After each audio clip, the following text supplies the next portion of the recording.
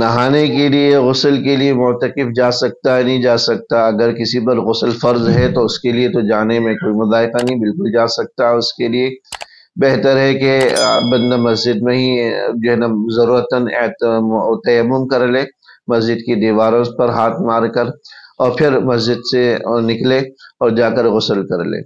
لیکن غسل فرض کے علاوہ جو ویسے ہی نہانے کے ٹھنڈک کے لیے غسل ہوتا ہے، یا جمعے کے دن کا جو غسل ہوتا ہے، اس کے لیے نکلنے کی اجازت نہیں ہوتی۔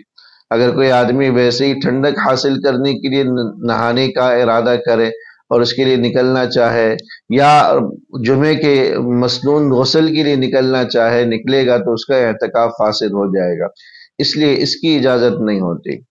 البتہ علماء کرام نے ایک طریقہ، ایک حل یہ بتلایا ہے کہ اگر گرمی کی شدت ہو، نہانے کی حاجت اور طلب ہو، تو یہ کر لے کہ قضاء حاجت کے لیے چلا جائے، اور قضاء حاجت کے بعد وضو کی نیت سے، وضو کے ارادے سے غسل خانے میں جا کر وہ پورے اپنے اوپر پانی بہا دے۔ جس طرح کہ وضو کے لیے بندہ وضو خانے جاتا ہے، تو وضو کے لیے وضو خانے جانے کے بجائے وہ غسل خانے میں جا کر جلدی سے اپنے اوپر پانی ڈال لے، پانی بہا لے، یوں اس کا وضو بھی ہو جائے گا اور غسل بھی ہو جائے گا۔ الگ سے پھر وضو خانے میں جانا، پھر وضو کی اس کو حاجت اور ضرورت نہیں ہوگی۔ یوں اس تقاضے کی بنیاد پر اس کے لیے غسل کی صورت ممکن ہوگی۔ بقیہ صرف اور صرف غسل ہی کی غرض سے، ٹھنڈک حاصل کرنے کے لیے غسل کی غرض سے نکلنے کی اجازت نہیں ہوگی۔